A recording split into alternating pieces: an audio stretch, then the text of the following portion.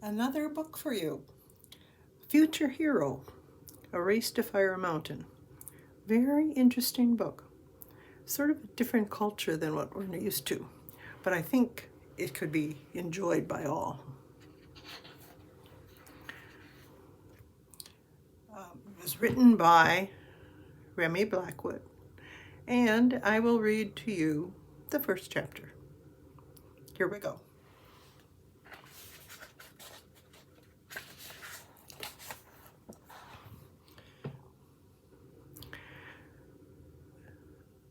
You live in the real world.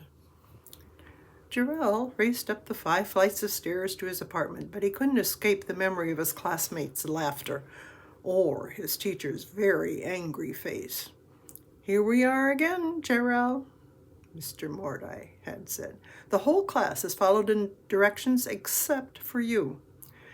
The teacher crossed his arms. "Do tell us why this drawing of yours is more important than your learning algebra. What makes you so special?"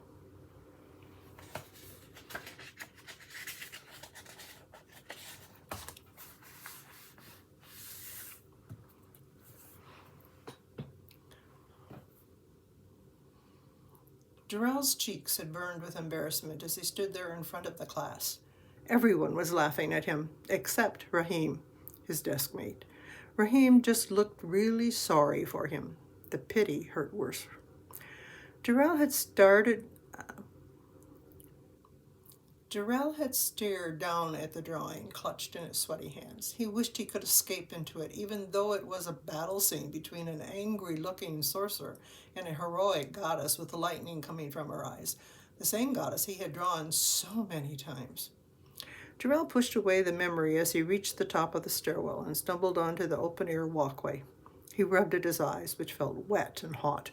At least his parents were on late shift and wouldn't be home. They could always tell when he was upset. They'd made him tell them what happened. They'd make him tell them what happened, and then he would have to admit that he'd been drawing in math. Mom would not be impressed. The spicy smell of brown stewed chicken wafted out from under one of the doors and made Jarrell's stomach grumble. He could hear the calls of kids playing in the gardens below over the din of the nearby traffic. They were playing soccer, as usual. Jarrell wouldn't be joining them. His brother Lucas had got all the athletic talent. All Jarrell could do was draw. Electric flame or lava flow red? For the first time since Mr. Mordai's class, Jarrell let himself smile. The picture that had got him into trouble wasn't finished. Lava flow red would be perfect for the evil sorcerer's eyes, and electric flame red would show off the tech in the glowing metal glove that covered his wrist. Jarrell felt his shoulders relax. Thinking about drawing was almost as calming as actually drawing. He always drew the same futuristic world of towering buildings and powerful warriors, and then there was the girl with the spear of light. Even he didn't know where the images came from. Ever since he was little, he had had the urge to draw them. Thankfully, he'd improved with practice.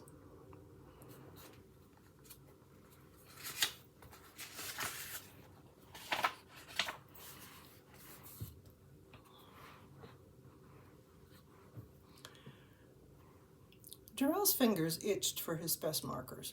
Once he had them, everything else would just fade away. Hopefully, his brother would be out with his friends as well. Jarrell liked it best when he had the apartment to himself. He could take his time drawing without Lucas telling him he was focusing on the wrong things in life. Jarrell broke into a jog and stopped by the emerald green front door. He'd helped Mom choose the shade. He rummaged in his pocket for his key. "No, no, no," Jarrell muttered. "No, no, no," Jarrell muttered. He patted himself down. The key wasn't there.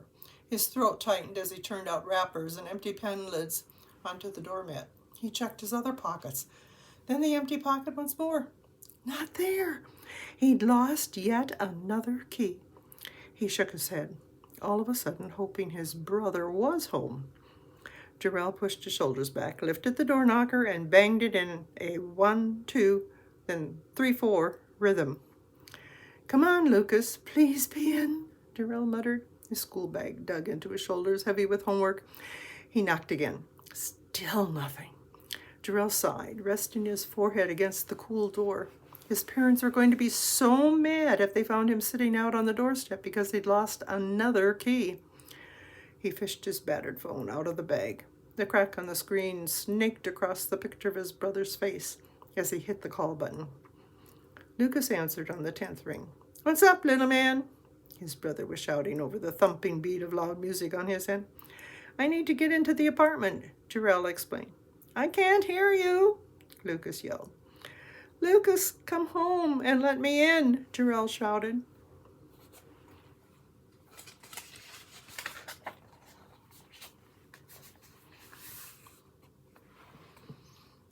He could hear the sound of laughing even over the noise. Then the music died away. "Come on, guys, stop it. He's my little brother," Jarrell heard his brother say, his voice a bit muffled. "Hey, Jarrell, can you hear me? What's up?" "I've lost my key," Jarrell said, wanting the call to be over. "I got plans, baby brother. I can't just drop them every time you lose a key," Lucas sighed. "Remember what Dad said? You've got to stop daydreaming. You live in the real world, not in the pretend dream you're always drawing." That was easy for Lucas to say. He had it all figured out. He had the right friends, he wore the right clothes, he fit in effortlessly. Jarrell couldn't help wishing for the millionth time that he were as cool as Lucas. But something about him always felt awkward and out of place, except when he was drawing. Then it was just him in his special world of amazing technology, swirling magic, and magnificent warriors. It made him feel like he had a purpose in a way that even playing Saharan Battle on the console didn't. Lucas tutted in annoyance. "Jarrell, I just asked you a question. Are you even going to answer?" Jarrell trailed off as movement down the walkway caught his eye. Their neighbor from 2 doors down, Mr. Campbell, had stuck his head out the door and was looking his way. If he stayed here any longer, his elderly neighbor would want to tell him everything that he thought was wrong with the world, starting with Jarrell and his brother. "Okay, I get it, Lucas," Jarrell replied. "Can you get home soon?" Lucas sighed. "I'll talk to Sticks and Dash and call you back." "But what am I supposed to do until then?" Jarrell asked. There was no answer. Lucas had hung up. Mr. Campbell stepped out into the walkway. Jarrell kept the phone to his ear. Mr. Campbell had stepped onto the walkway. Jarrell kept the phone to his ear and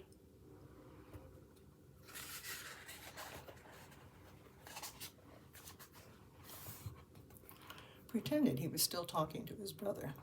"Yep, meet you downstairs," he said into the phone as he walked past the old man. As soon as he was out of sight, Jarrell shrugged off his bag and stuffed his phone back inside it. He slumped down on the concrete steps of the stairwell, then rummaged inside the backpack for his workbook. Perhaps he should do his homework. His fingers touched the cool metal surface of his pencil case, and he immediately had a better idea. He didn't have his special markers, but he could add some shading to the drawing of the good goddess and the sorcerer. 10 minutes, he told himself. Just enough time to make him feel himself again, to feel in control of something. Jarrell dumped his textbooks on the step. He pulled out the folder he kept his drawings in, but didn't open it. Sitting here on the stairs, he suddenly felt so lonely that even drawing wasn't going to fix it. "But I'm not alone," Jarrell murmured. "Maybe I'll go to the barber shop and see if Omari is in." His cousin always knew how to cheer him up, and he definitely wanted to see Jarrell's newest drawing. Jarrell hadn't seen his cousin for ages, but not since that flood had ruined his barber shop, and he'd started on fixing it up again. Dad had said they'd all be going to the grand reopening on Saturday. Jarrell slid the folder into his bag, then zipped it up and jumped to his feet. He then raced down the stairs and out onto the street before taking the shortcut down a narrow alley to Fade's, the best barber shop this side of the river. At least Jarrell thought so. Stepping inside the barber shop was always like stepping into another world.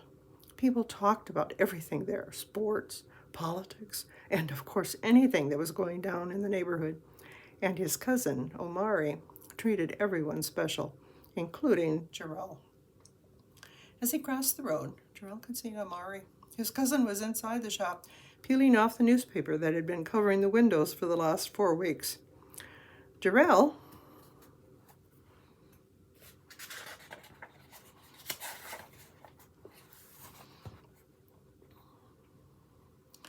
had missed the music and banter of the barbershop, and there was nothing like a sharp shape-up. When Jarell got out of that chair and checked himself in the mirror, he always felt 10 times taller. Jarell tapped on the glass, and his cousin came out of the shop, a huge smile on his face. "Hey, cuz!" Omari bumped fists with Jarell and then slung an arm over his shoulder. "What's good, Jarell?" he asked.